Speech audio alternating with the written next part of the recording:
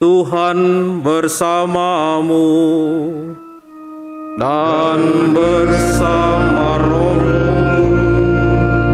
Inilah Injil Yesus Kristus menurut Santo Lukas. Dimuliakanlah Tuhan.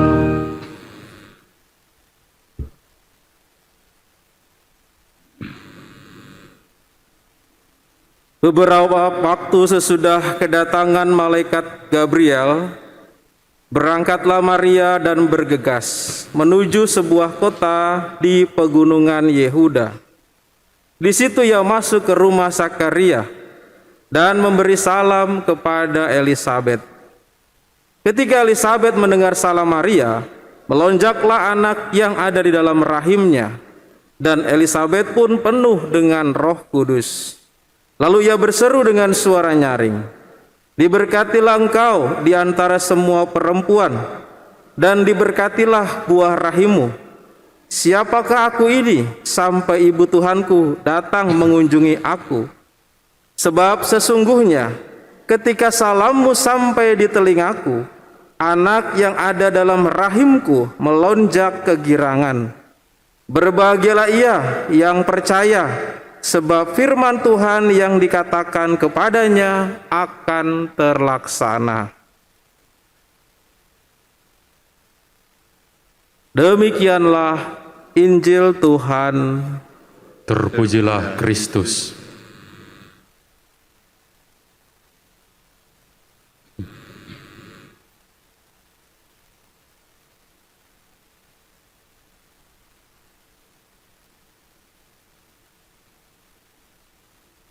Silahkan duduk. Selamat sore Bapak Ibu Saudara-saudari. Shalom. Apa kabar? Tuhan bersamamu. Tuhan sertamu. Ya. Saya tadi baru mengucapkan salam dari berbagai macam rumusan ya. Ada selamat sore, orang Indonesia banget. Ada shalom, orang Ibrani ya. Shalom aleihim, itu orang Ibrani, orang-orang Israel itu biasa menyapa itu, dan biasa dipakai juga ketika Yesus hidup. Kalau saya mengatakan tadi Tuhan sertamu, Dominus vobiscum ya, artinya adalah Tuhan bersamamu tadi, bahasa Latin ya. Itu dari bahasa yang kita pakai dalam misa, liturgi misa ya. Dan juga damai Tuhan bersamamu dan bersama rohmu ya. Berbagai macam salam saya berikan kepada saudara-saudari. Tapi yang jawab dari sekian ini saya hitung di sini ada 363 orang. Kenapa saudara mau tahu? Ya saya ngitung dari tiket, ketahuan tiketnya. Dari kapasitasnya 800 sih ya. Tapi rasanya belum semua menjawab salam saya ya. Selamat sore. Shalom. Tuhan sertamu. Ya gitu dong. Kalau menjawab salam itu artinya saudara-saudari mengamini salam itu. Kalau kita lihat dari salam itu baik ya. Saudara-saudari saya jawab selamat pagi, selamat siang, selamat sore. Anda balik mengatakan selamat sore juga, supaya saya bisa selamat juga. Tuhan sertamu, dibalas lagi, dan sertamu juga, supaya juga Tuhan beserta saya. Shalom, damai sejahtera, supaya juga saudara-saudari damai sejahtera, balik juga shalom gitu ya. Dan rasa-rasanya hal itu adalah sesuatu yang kita nanti-nantikan. Apa yang ada di balik dari salam itu. Kalau Tuhan bersamamu artinya supaya Tuhan beserta kita. Damai sejahtera shalom, supaya damai ada di kita. Di balik dari damai itu ada Tuhan. Selamat pagi, selamat sore, selamat siang, supaya kita selamat juga, terhindar dari malapetaka ya. Nah, hal yang sama itu juga terjadi di dalam yang namanya Injil hari ini. Maria mengucapkan shalom kepada Elizabeth. Tidak dijelaskan salam yang mana tadi, apakah selamat sore, selamat pagi, atau juga apa tadi, Tuhan sertamu, tapi atau juga shalom alaikum tadi. Yang jelas dia mengucapkan salam. Dan apa yang terjadi saudara-saudari, ketika diucapkan salam itu, bayi yang dikandung oleh Elizabeth, Yohanes Pembaptis itu melonjak kegirangan. Ini kata melonjak kegirangan ini luar biasa. Sampai dikatakan melonjak kegirangan, berjingkrak. Adakah seorang ibu yang melihat atau yang merasakan anaknya berjingkrak di dalam rahimnya? dalam bahasa terjemahan harafiah dari bahasa Yunani itu, melonjak kegirangan itu berjingkrak. Berjingkrak itu seperti apa? Kalau saudara-saudari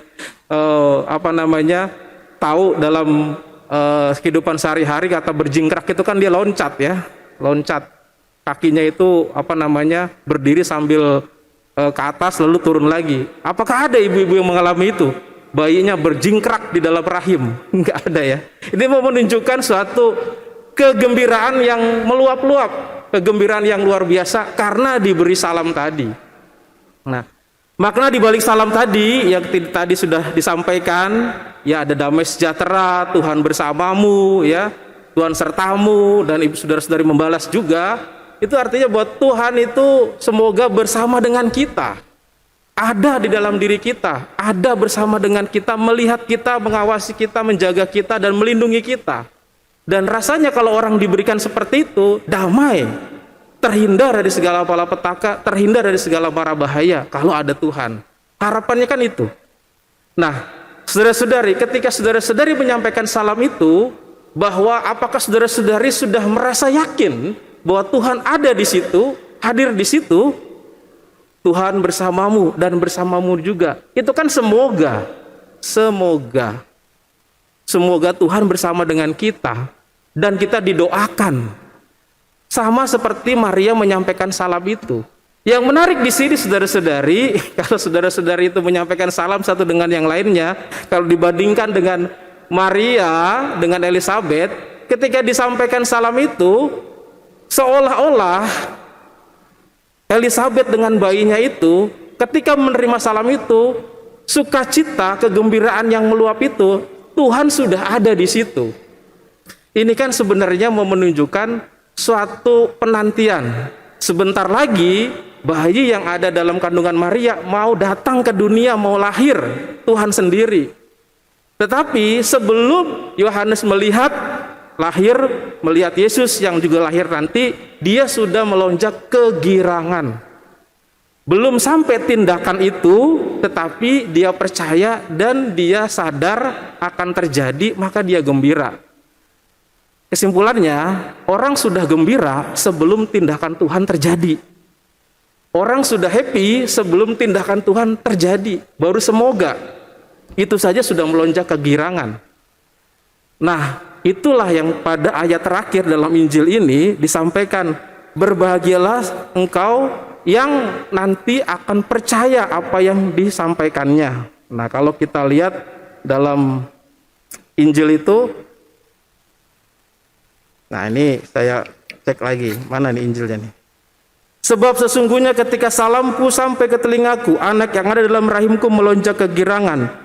Berbahagialah ia yang percaya, sebab firman Tuhan yang dikatakan kepadanya akan terlaksana. Jadi firman-Nya akan terlaksana, tetapi dia sudah gembira duluan.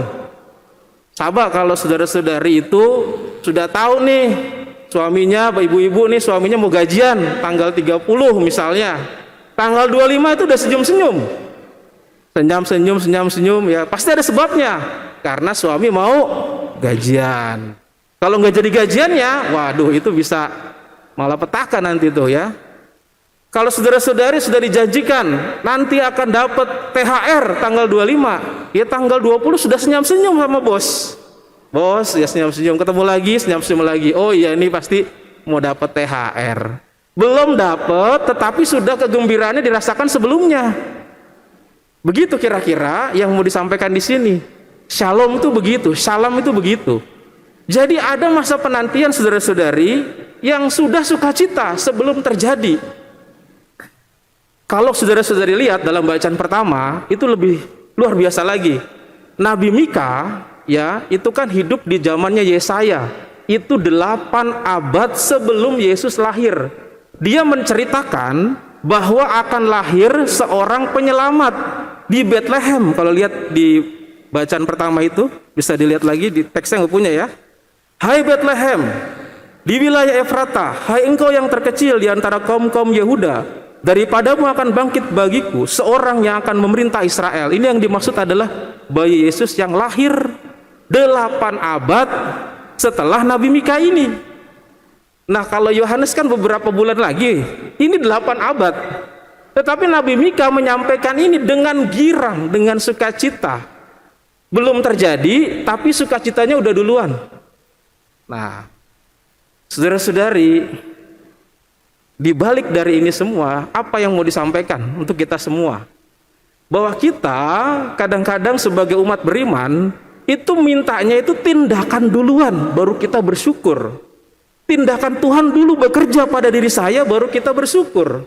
Tindakan Tuhan terjadi pada saya, baru saya berterima kasih.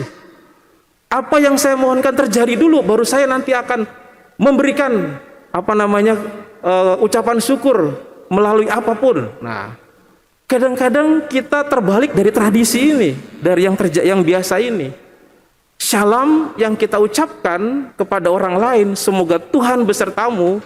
Nah, itu adalah suatu ungkapan sebenarnya supaya Tuhan bersama dengan kita.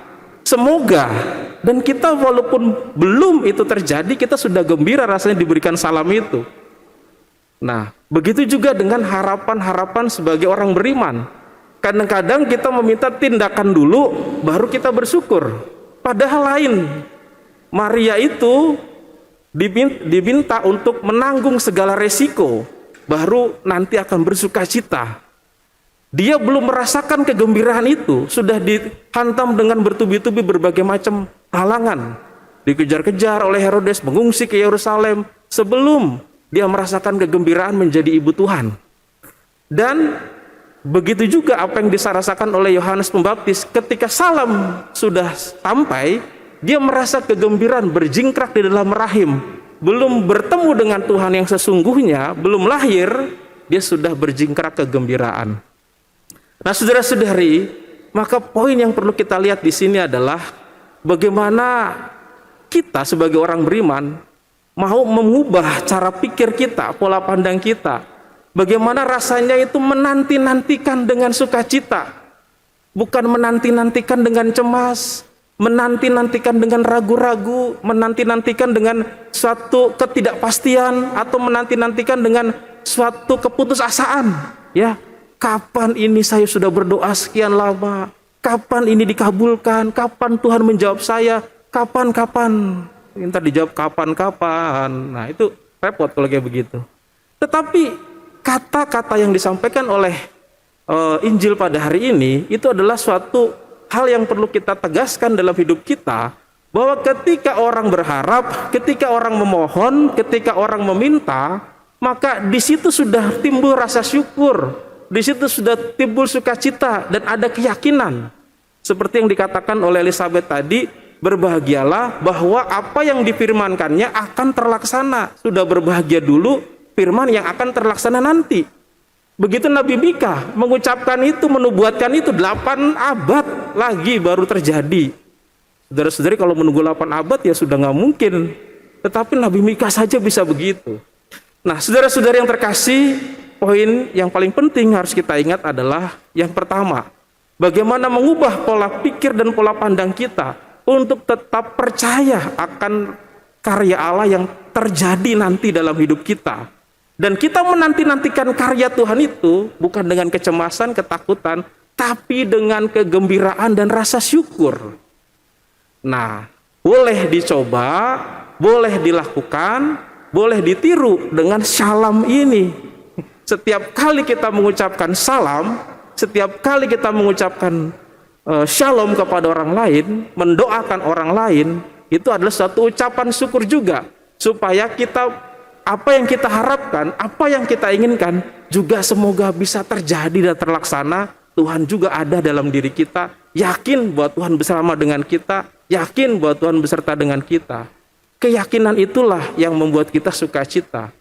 Keyakinan itulah yang membuat kita itu berharap terus kepada Tuhan, tanpa ada keputusasaan, kekecewaan, dan juga tanpa ada kemarahan dalam menantikan itu. Nah, semoga saudara-saudari dengan adanya suatu perubahan ini, maka saudara-saudari tidak lagi menjadi orang-orang yang bersyukurnya itu kalau sudah terkabul, yang berterima kasihnya itu kalau sudah terpenuhi, ya, tetapi orang yang bersyukur tiap hari. Ucapkan salam itu kepada banyak orang. Ucapkan itu, yakini itu Tuhan beserta dengan kita sekarang dan selama-lamanya. Amin. Amin.